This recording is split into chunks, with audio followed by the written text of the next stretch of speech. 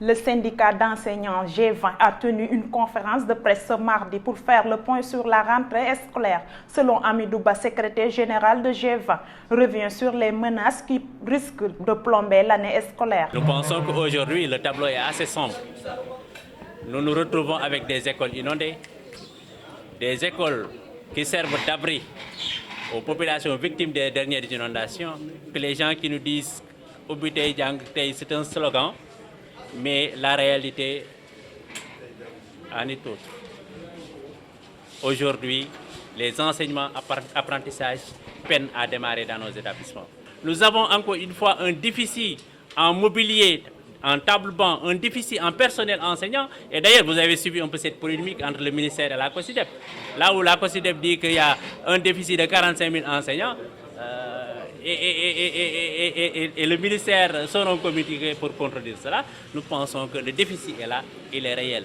Et qu'aujourd'hui, l'autorité politique doit avoir cette volonté d'aller vers le règlement de ces problèmes-là. Selon le secrétaire général de G20, Hamidou Ba, lance un appel au gouvernement pour un dialogue inclusif.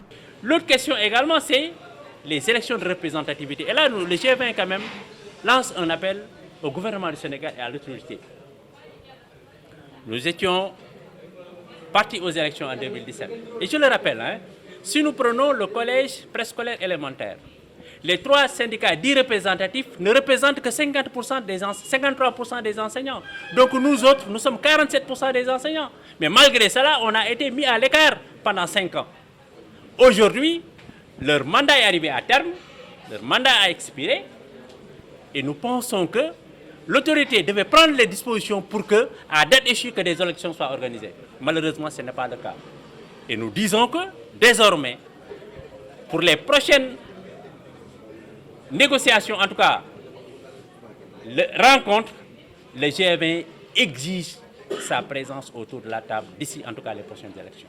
Par ailleurs, le secrétaire général exige notre langue nationale au détriment de la langue française et préconise de rompre avec l'école coloniale.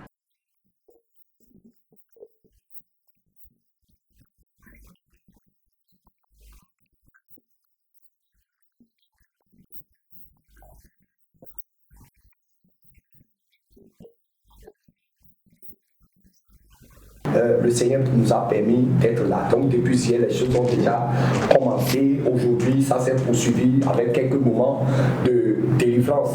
Et devant nous, nous avons encore de grandes activités comme le grand séminaire de 3 jours qui va commencer le jeudi. Voilà, le jeudi. Ça va commencer le jeudi, vendredi et le samedi. Et le samedi, ça va se déboucher sur une grande veillée de prière, de délivrance et beaucoup d'activités pour la veillée. Et maintenant, le dimanche matin, nous serons au baptême. Voilà, un grand baptême pour le peuple de Dieu. Et nous soulignons que le baptême que la parole de Dieu nous a enseigné, c'est ça que nous faisons.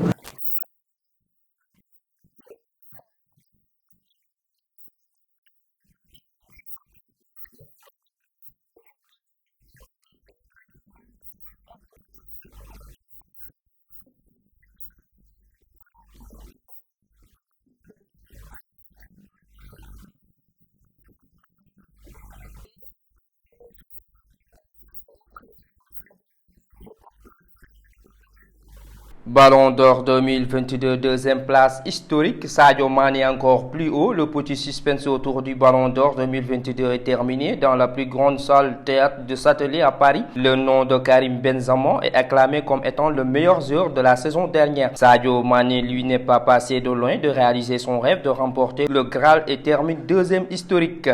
Et premier vainqueur du prix Socrates, une grande première à l'occasion de la cérémonie du Ballon d'Or 2022. France Football a lancé une nouvelle distinction avec le prix Socrates. L'objectif de ce dernier est de récompenser les footballeuses et footballeurs engagés dans les projets sociaux et caritatifs. Et pour cette dernière, c'est Sadio Mané qui est mis en avant pour ses actions autour du football au Sénégal. Sur ce, certains Sénégalais se sont prononcés. Abdoulaye Sonko, originaire de Sédhiou, n'a pas tari d'éloges à l'endroit de l'enfant de Bambali. Sadio Mané est une fierté nationale, voire continentale, et lui souhaite le meilleur.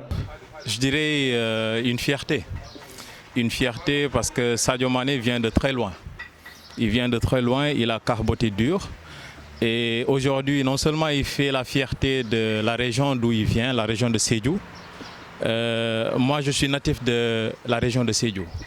Et Sadio Mané fait la fierté de la région de Sédhiou, mais de la région de la Casamance, du Sénégal, de l'Afrique. Et aujourd'hui, je dirais de toute personne qui est de couleur noire. Et ça, c'est une fierté. Ça montre qu'il n'y a pas de barrière. Il faut juste le travail. Il a travaillé dur, il a carboté dur. Parce qu'avant lui, les Africains ont fait mieux. Samuel Eto'o, Didier Drogba, El Hadji Diouf, ils ont fait mieux, mais pas comme lui. Donc c'est une fierté d'avoir Sadio Mané. Et déjà sa prestance, sa façon dont il s'est présenté là-bas, la tenue qu'il a portée. C'est un message et je ne sais pas si beaucoup de gens ont pu décortiquer ça, mais en tout cas c'est une fierté, c'est une fierté. Et on lui souhaite vraiment bon vent et j'espère bien que l'année prochaine il sera en tout cas le premier, on le souhaite de tout cœur. Et j'espère que tout le Sénégal, toute l'Afrique et tous ceux qui supportent les gens de couleur noire, ils vont vraiment supporter Sadio Mané pour qu'il soit à la tête de cette compétition. Sadio Mané, vraiment, il mérite ce prix. Poursuivi Sonko qui revient sur les critères de distinction de ce prix. Effectivement, il a été primé le premier prix Socrates parce que Socrates, on l'a connu, il était vraiment, c'était la voix des sans-voix au Brésil. C'est un Brésilien et il était footballeur, mais tout ce qu'il gagnait, il partageait ça avec ceux qui n'avaient pas le pouvoir, ce qu'on dit le pouvoir d'achat. Ils n'avaient pas et lui il se mettait au service de ces gens. Et d'une autre part aussi, il était docteur. Voilà, donc ça c'est une fierté. Et Sadio Mané, il est dans cette lignée parce qu'il a construit des écoles, il donne des bourses, il a construit un hôpital. Donc c'est une fierté, je dirais. Sadio Mané, c'est une fierté. Parler de Sadio Mané, ça fait plaisir. Et ça nous donne, nous, jeunes Sénégalais, qui voulons vraiment percer dans le monde, nous donne une inspiration incommensurable. Et donc franchement, moi personnellement, de mon humble avis, de ma petite personne, je dis merci à M. Sadio Mané et bonne continuation. Pour Daouda Kane, abordant le même sens et soutient que Sadio Mané a tout fait pour son village natal et on est vraiment fiers de lui. Franchement, moi je suis fier d'être sénégalais à cause de Sadio Mané. Parce que Sadio Mané a tout fait pour le Sénégal et pour l'Afrique. Franchement, on le remercie beaucoup. Parce qu'on est fiers, franchement, Sadio Mané, quoi. On est fiers de lui, franchement. Voilà, et parce qu'il est extraordinaire, quoi. Sadio Mané est social, franchement. Parce que ce qu'il fait à Bambali, il fabrique là-bas des écoles, il fait tout. Franchement, on le remercie. Sadio Dal, c'est franchement, ce que je te dirais. Sadio Mom, on le remercie beaucoup. On est fiers de lui, Sadio Mané, franchement. Pape Sow, Rancerie et affirme Sadio Mané est vraiment une fierté africaine. Il mérite cette distinction et on lui souhaite le meilleur. Wow, mais lolo fierté la rek dañ ci am fierté hein. Wow, je pense que rang Sadio Mané comme deuxième meilleur joueur du monde. Donc lolu nek na lo xamantene ni fierté Afrique yeb la. Du sax fierté sénégalais parce que Afrique yeb gis nañ performance Sadio Mané. Donc 2021 2022 gis nañ performance yi mu def Liverpool enchaîné ak Bayern Munich donc lolu fierté sénégalais yeb la té dañ ci am contenté bu baax parce que ballon d'or bi bo xolé. Le fait que Sadio Mané soit placé deuxième est une fierté africaine et pas pour le Sénégal car toute l'Afrique a vu les performances qu'il a eu à faire et d'ailleurs cela montre que si Sadio Mané arrivait à remporter la Ligue des Champions, il pourrait être récompensé du Ballon d'Or, saluant aussi France Football sur la traçabilité. Karim Benzema seul le devançant. Donc mën nañ ko jox Ballon d'Or bi donc tey jii man damay jàpp ne damay saluer aussi France Football li nga xamante ne nii def nañ ko pour Sadio Mané jël deuxième donc tey jii bu fekkoon ne dafa jël troisième wala quatrième dañuy jàpp ne dañ ko sàcc or que ne tey jii performance yi nga xam te moo ko indi fii donc Karim Benzema rek moo ko devancé. À quelques jours du démarrage de la Coupe du Monde Qatar 2022, cette distinction qui couronne le travail et le mérite vient de booster le moral de la star sénégalaise qui cherche encore ses repères au Bayern Munich. La passe internationale débute en Afrique avec l'opposant guinéen Cellou Baldé qui a été arrêté ce lundi à Conakry par des gendarmes. Ces derniers l'ont conduit vers une destination inconnue selon son parti, l'Union des forces démocratiques de Guinée.